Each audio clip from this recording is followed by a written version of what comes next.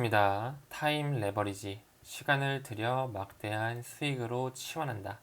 오늘은 저희가 암호화폐, 암호 자산에 대해서 투자를 할 때 사토시 나카모토라는 사람은 왜 비트코인을 만들었는가, 그리고 지금 우리는 현재 어떤 시대에 살고 있는가, 이런 근본적인 얘기를 한번 해보고자 방송을 시작하게 되었습니다.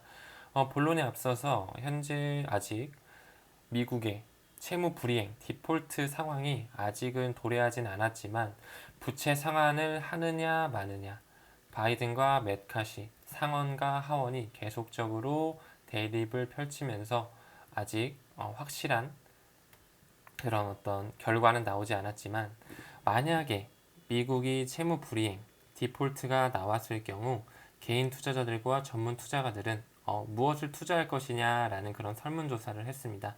대략 640여 명의 투자자를 대상으로 진행을 했고요. 1위는 역시 당연히 현물 금, 골드. 역시 금은 누구나 가지고 싶어하는 투자 상품이죠. 떳떳하게 비트코인이 3위를 차지했습니다. 달러라든지 엔화, 파운드와 그 밖에 어떤 다른 통화를 다 제치고 비트코인이 3위를 차지했다. 현물 금 다음으로 온라인 금이 현재 3위를 차지했다. 굉장히 좋은 상징성을 보여주는 그런 지표라고 생각을 하고요. 2위가 바로 미국 국채를 사겠다라는 것이 2위입니다.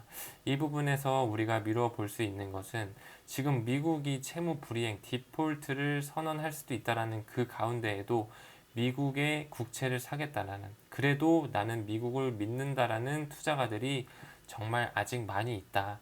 그만큼 미국은 강대국이다. 미국이 망하면 세계 전체가 망한다고 해도 과언이 아닐 정도로 미국은 힘이 세다.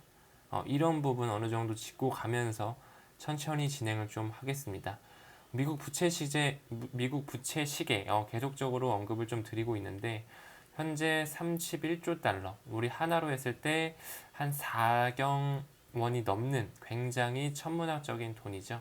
마크 필립스는 2029년 정도가 됐을 때 한 29조 달러가 미국의 부채가 되면서 GDP의 생산량을 부채가 뛰어넘으면서 미국의 어떤 경기의 불황, 침체가 올 것이라고 예상을 했지만, 지금은 팬데믹이죠. 코비드-19가 코비드-19이 세계로 창궐하면서 미국의 엄청난 양적 완화로 지금 현재 미국의 부채는 이미 목 끝까지 차 있다. 턱 끝까지 차 있는 상태이다. 31조 달러. 하지만 GDP는 현재 26조 달러로 부채를 상환하기에는 턱없이 부족하죠. 미국은 이렇게 경기 침체가 곧 닥친다. 우리 미래를 만드는 일론 머스크, 미래를 예언하고 만들어가는 일론 머스크도 향후 12월간 경기 침체, 아마 많은 개인과 기업들이 파산할 것이다 라고 지금 얘기를 하고 있습니다. 계속적으로 지금 너무나 양적 완화를 많이 했기 때문에 금리가 또 너무 많이 올랐죠. 이 부분에 있어서 머스크는 계속적으로 금리를 낮춰야 한다, 동결해야 된다, 계속 언급을 했었지만 연준은 그 말을 듣지 않고 계속적으로 베이비 스텝, 빅 스텝, 자이언트 스텝 밟으면서 현재 5%가 넘는 5.25%의 금리를 보여주면서 계속적으로 지금 어떤 투자가들과 기업들의 목줄을 부여잡고 있습니다.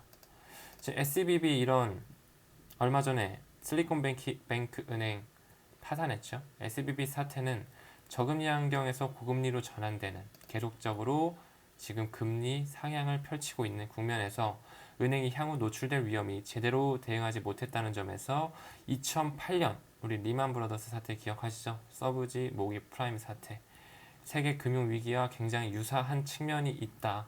이 부분은 굉장히 조심해야 된다. 한번 보고 갈까요? 서브프라임 모기지 사태 2008년에 있었는데, 계속적으로 미국의 연준, 연방준비제도는 경제 활성화를 위해 저금리 정책을 폈었어요. 그로 인해 대출이 늘고 주택 가격이 급상승했죠. 금리가 싸니까 사람들이 대출을 많이 받아서 집을 산 거예요. 근데 주택 가격의 인상 속도가 이자율보다 높아지면서 굉장히 집값이 많이 오르면서 사람들은 안도를 했죠. 대출 못 갚으면 그냥 집 팔면 되지. 내 담보로 가지고 있는 주택 팔면 돈을 벌 수 있겠구나 이러면서 돈을 막 빌려주기 시작합니다. 돈을 갚을 여유가 없는 신용 불량자에게까지 대출을 해줘서 집을 사게 만들었어요. 하지만 그렇게 됨으로써 이제 더 이상 새로운 집을 살 사람이 없겠죠. 그런 사람이 줄어들자 집값은 어떻게 될까요? 당연히 폭락하겠죠. 집으로 대출을 갚을 수 없자 서브프라임 대출을 받은 많은 사람들이 담보로 잡힌 주택을 포기한다. 이를 시작으로 돈을 빌려준 대출은행과 이를 기초로 한 투자 상품 전부 망했고 이로 인해 달러는 가치가 하락되면서 미국 경제는 망했고 연쇄적으로 세계가 망했다. 여러분 보이시죠? 지금 계속적으로 역사는 반복된다. 과연 사토시 나카모토가 이 2008년 리먼 브라더스 사태, 이 서브프라임 모기지 사태 이후에 2009년에 비트코인을 만들었습니다. 왜 만들었을까요? 이제 더 이상 달러, 그 사람들이 쥐락펴락하는, 그 연준이 쥐락펴락하는 달러를 믿지 못하기 때문이죠. 우린 연준이 연방준비제도죠. Federal Reserve System이라고 하는 연방준비제도, 미국의 중앙은행입니다. 의장으로서는 제롬 파월이 자리하고 있고요. 미국 연방준비은행 제도는 국립은행이라고 다들 오해 많이 하시지만 미국의 굉장히 기득권 세력들, 사립은행들이 지분율 100%를 소유하고 있습니다. 그 예시에는 JP 모건이 있겠죠. 즉 정부는 약간의 지분도 소유하고 있지 않다. 미국의 중앙은행이라고 할 수 있는 그런 연준은 사립은행이다. 즉 사람들의 기득권 세력들에게 잡힌 그런 시대에 살고 있다. 그 부분 때문에 사토시 나카모토라는 사람은 더 이상 기득권 세력에 사로잡혀서 빚만 갚고 있은 그런 개미 투자자들의 그런 힘듦과 그런 투명하지 못한 금융 시스템을 붕괴하고자 비트코인을 만들었다. 여러분 사토시 나카모토 누군지 아직 밝혀지지 않았습니다. 사토시 나카모토라는 이름 자체가 일본어처럼 보이죠? 본인은 1975년생 일본인이라고 주장을 하고 있고 아직 그의 실체는 밝혀지지 않았습니다. 살았는지 죽었는지도 몰라요. 비트코인을 개발한 뒤에 컴퓨터 개발자인데 사라졌습니다. 잠적을 숨겼죠. 지금 시간이 꽤 많이 지난음에도 불구하고 사토시 나카모토는 아직까지도 밝혀지지 않고 비트코인을 계속적으로 고유성을 유지하고 있다. 사토시 나카모토가 쓴 비트코인 백서입니다. 번역본이고요. 사토시 나카모토는 비트코인이 개인 대 개인의 어떤 전자화폐 시스템이다. 일렉트로닉 캐시 시스템이다 라고 이야기를 하고 있습니다. 연준 그리고 미국은 계속적으로 위기가 올 때마다 통화 정책과 전쟁을 통해서 그들의 위기에서 빠져나가고 있어요. 그쵸? 우리 1944년에 브레턴 우주 체제 금 1온스를 가지고 오면 35달러로 교환해 주겠다. 금이 정말 있는지 없는지도 몰랐는데 미국이 가장 금이 많다라고 주장을 하면서 금 1온스를 35달러와 맞교환해 주겠다라고 하면서 달러의 기축 통화가 시작되죠. 하지만 1971년 닉슨 대통령이 금 태환 제도를 폐지한 사건 기억하시죠? 금 태환 제도를 폐지하면서 이제 금은 더 이상 미국에 중요하지 않다. 이제는 그냥 달러가 기축 통화다라고 본인들의 어떤 그런 달러 정책, 어떤 통화 정책을 통해서 또 한 번의 위기를 모면합니다. 계속적인 위기가 왔을 때 미국은 전쟁과 통화 정책으로 계속적으로 빠져나간다. 우리는 더 이상 리만 브로더스 세트의 개미들을 피해봤지만 이제 더 이상 이 사토시 나카모토라는 사람은 기득권 세력들, 그번 사람들만 돈 벌어가는 시스템을 굉장히 탈피하고자 비트코인을 만들었다. 자, 이제 또 한 번의 위기가 오고 있습니다. 머스크가 얘기하는 경기 침체, 많은 기업들이 파산할 것, 그리고 현재 부채, 미국의 부채는 정말 심각한 수준에 다다랐죠. 아까도 말씀드렸지만 미국은 위기가 올 때마다 전쟁과 통화 정책으로 그들의 위기에서 모면했다. 여기서 우리가 가져올 수 있는 거 XRP. XRP의 마크 필립스의 논문 리플은 $10,000로 디자인되었다라는 그 논문을 통해 어느 누군가 세력들은 리플을 계속적으로 모으고 있습니다. 계속적으로 모으고 있고 논문에서 나온 것처럼 리플은 세계 준비 통화다. 세계 준비 통화로서 제2의 기축 통화로 자리매김할 것이다라는 마크 필립스의 예언에 맞게 누군가는 지금 계속적으로 XRP를 모으고 있습니다. 굉장히 많은 수차례 동안 모으고 있죠. 이런 부분에 있어서 미국은 계속적으로 SEC를 통해서 리플의 XRP를 누르고 있죠. 가격을 누르고 있으면서 계속적으로 누군가는 모으고 있다. 이게 미국이 될지 어떤 기득권 세력들이 될지는 모르죠. 어떻게 보면 이거는 음모론이라고도 할 수도 있지만 그럼 이 많은 빚을 미국은 어떻게 갚을까요? 생각 한번 해보시면 지금 500원, 600원대 하는 이 리플을 미국이 계속적으로 모은다고 생각해보죠. 미국이 계속적으로 모으다가 그리고 본인들이 양적 완화로 계속적으로 돈을 찍어내다가 긴축 정책도 하고 완화 정책도 하면서 계속적으로 찍어내면서 그리고 SEC를 통해 리플 회사를 누르면서 XRP의 가격을 누르고 계속적으로 리플을 모으면서 어느 순간 CBDC의 세상, 디지털 세상이 도래했을 때 이 미국은 선포하겠죠. 방송하겠죠. 브로드캐스팅 하겠죠. 이제 제2의 기축통화로서 달러는 폐지된다. 디지털 세상에 맞게 XRP를 제2의 기축통화로 맞이하겠다. 그럼 75억 명의 인구가 이 XRP를 사용하기 위해서는 마크 필립스가 이야기한 $10,000로 설계가 되었겠죠.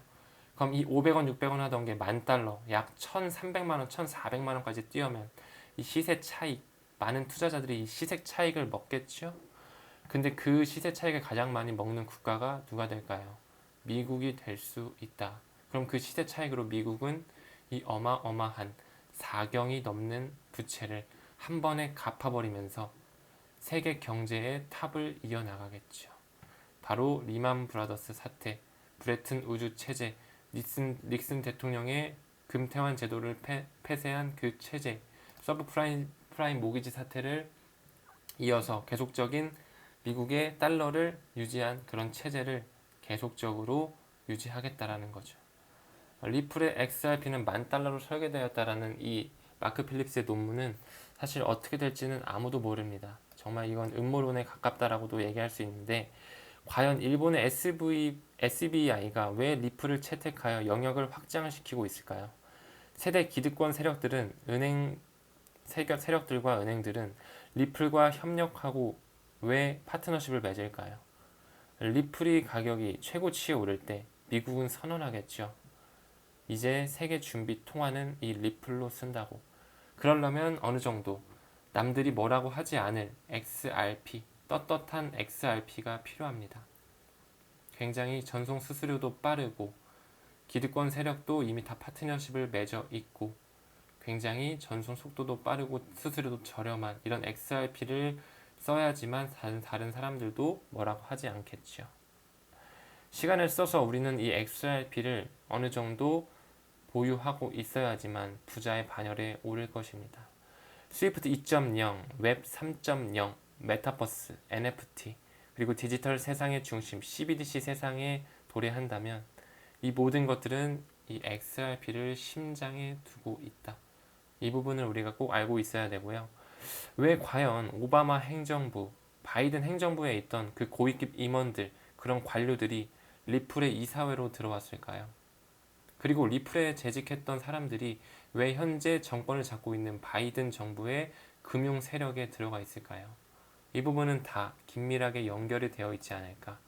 과연 사토시 나카모토는 비트코인을 왜 만들었으며 비트코인에 있어서 온라인 금이라고 불리는 화폐는 과연 어떤 코인이 대체를 할까요?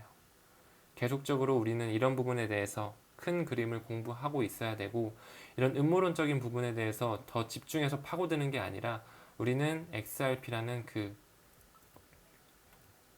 미래의 화폐가 될 이 펀더멘털적으로 굉장히 큰 토큰을 계속적으로 공부하면서 투자해 볼 필요가 있다. 웬만하면 비트코인과 XRP 그리고 디지털 스마트 컨트랙을 만들어주는 이더리움은 우리가 투자할 가치가 있는 암호 자산이라고 생각을 합니다. 오늘은 한번 조금 역사적인 부분과 지금 현재 우리가 경기 침체를 앞두고 있는 이 상황에 있어서 어떤 암호 자산들을 살펴봐야 되는지에 대해서 한번 큰 그림을 그려봤습니다. 우리 투자가분들, 타임 레버리지 구독자분들, 이런 어떤 시대의 흐름 그리고 어느 정도의 근본적으로 어떻게 흘러가고 있는지, 왜 사토시 나카모토는 비트코인을 만들었는지에 대해서 한번 생각해 보시고 눈여겨 보시면서 투자 이어나가시면 좋을 것 같습니다. 자, 오늘도 시청 감사드리고요. 항상 성공 투자를 응원합니다. 감사합니다.